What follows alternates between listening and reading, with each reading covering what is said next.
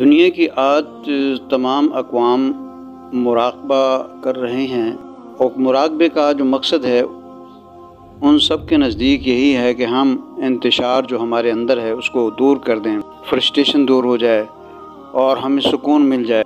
اس کی حقیقت یہ ہے کہ انسان اپنے اندر جو سوچ اور فکر رکھتا ہے اس سوچ اور فکر کو یکسوئی نصیب نہیں ہوتی،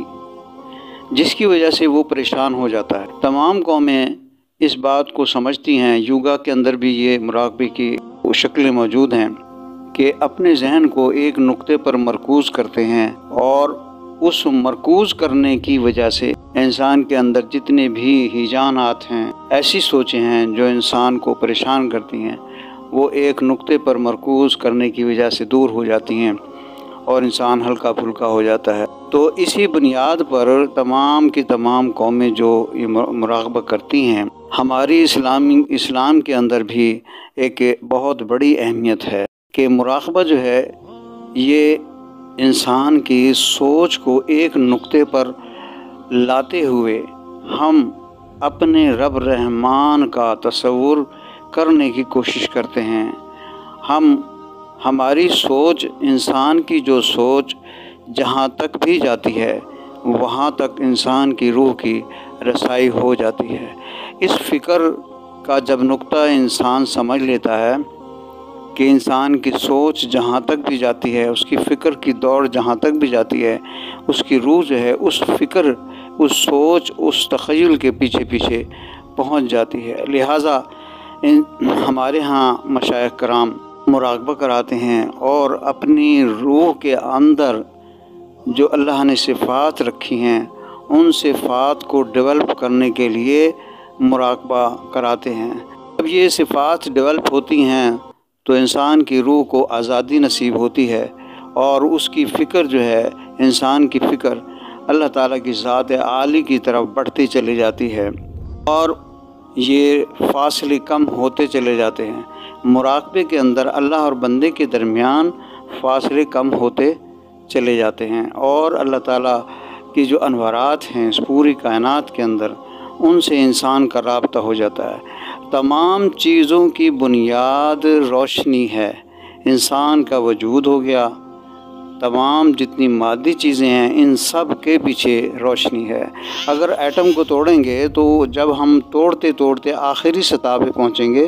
تو وہاں پر بھی صرف روشنی رہ جاتی ہے۔ اسی طرح سے کائنات کی تمام چیزیں وہ مادے سے بنی ہیں، اور مادے کو جب توڑیں گے تو آخر میں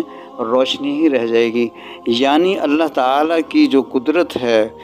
جو خالقیت کی انوارات ہیں، وہ سارے کے سارے اللہ تعالیٰ نے اس پوری مادی دنیا کے اندر رکھے ہیں۔ لہٰذا جب انسان ان مادی دنیا کے آخری سطح تک پہنچ کر اپنی سوچ اور فکر کی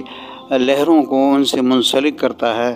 تو پھر ان سے رابطہ ہو جاتا ہے، اور یہ سوچ اور فکر روح کی بھی وہاں پہنچ جاتی ہے، کیونکہ روح جو ہے یہ سوچ اور فکر کے ساتھ ساتھ چلتی ہے۔ لہٰذا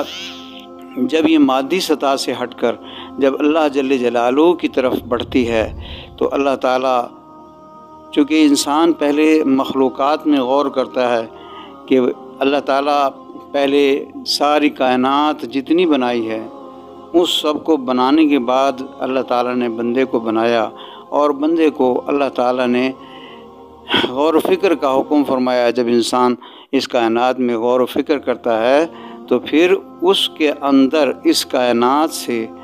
روحانی طور پر اور فکر اور سوچ اور مراقبے کے ذریعے سے ایک رابطہ پیدا ہو جاتا ہے، اور وہ اس کی اہمیت کو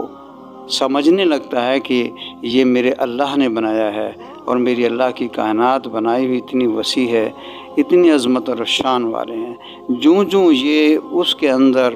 لیاقت بڑھتی جاتی ہے، سوچ بڑھتی جاتی ہے، اور اس کی وسعت بڑھتی چلی جاتی ہے سوچنے کی، تو انسان کی روح کی جو پرواز ہے وہ بھی بڑھتی چلی جاتی ہے۔ اسی طرح سے جب انسان اس آفاق سے، اس دنیا سے، اس کائنات سے گزر کر اپنے خالق کی محبت میں گرفتار ہوتا ہے تو پھر وہ گرفتاری روح کی انسان کی سوچ کے ساتھ اپنے رب رحمان کی ذات سے وابستہ ہو جاتی ہے، اور انسان یہ سب مرحلے مراقبات کے ذریعے سے طے کر رہا ہوتا ہے کہ پہلے یہ خالق کائنات کی مخلوقات میں تمام چیزوں میں غور و فکر کرنا، یہ مراقبہ اس آفاق کا ہے۔ جب انسان اس دنیا اور کائنات میں مراقبہ کرتا ہے، سوچتا ہے، تو پھر اپنے رب رحمان کی طرف اس کے مراقبے کا رخ مڑ جاتا ہے، اور وہ اللہ تعالیٰ کی ذات جو نور ہی نور ہے۔ اور یہ مراقبہ کرتے کرتے انسان کی روح اتنی پہلے بھی لطیف تھی اور مزید لطیف ہو جاتی ہے، کیونکہ اللہ تعالیٰ کی محبت اس کے اندر بڑھنا شروع ہو جاتی ہے، اور اس کی سرعت اور پرواز جو ہے وہ بہت زیادہ ہو جاتی ہے۔ اسی لیے علامہ اقبال نے کہا ہے کہ اے طائر لاہوتی، اس رزق سے موت اچھی جس رزق سے آتی ہے پرواز میں کوتاہی۔ یعنی انسان کی جو مراقبے کی شکل میں جو پرواز ہے، وہ پرواز اپنے رب رحمان کی طرف جو ہے وہ جاری ساری رہتی ہے، اور وہ کنیکشن جڑ جاتا ہے۔ وہ جو نور کی شعائیں ہیں اللہ تعالیٰ کے نور سے جا کر ان کا مراقبے کی شکل میں رابطہ ہو جاتا ہے، اور اس درمیان میں اگر کوئی چیز ایسی رکاوٹ بنتی ہے تو علامہ اقبال کے بقول اسے ہم ترک کر دیں کہ وہ موت سے بھی زیادہ بدتر ہے۔ اسی لیے اسلامی طرز میں مراقبہ کی بہت بڑی اہمیت ہے کہ یہ فکر اور سوچ کی بنیاد پر مراقبہ جو ہے ہوتا ہے، اور روحانی کے تمام منازل اسی مراقبے کے ذریعے سے طے ہوتے ہیں۔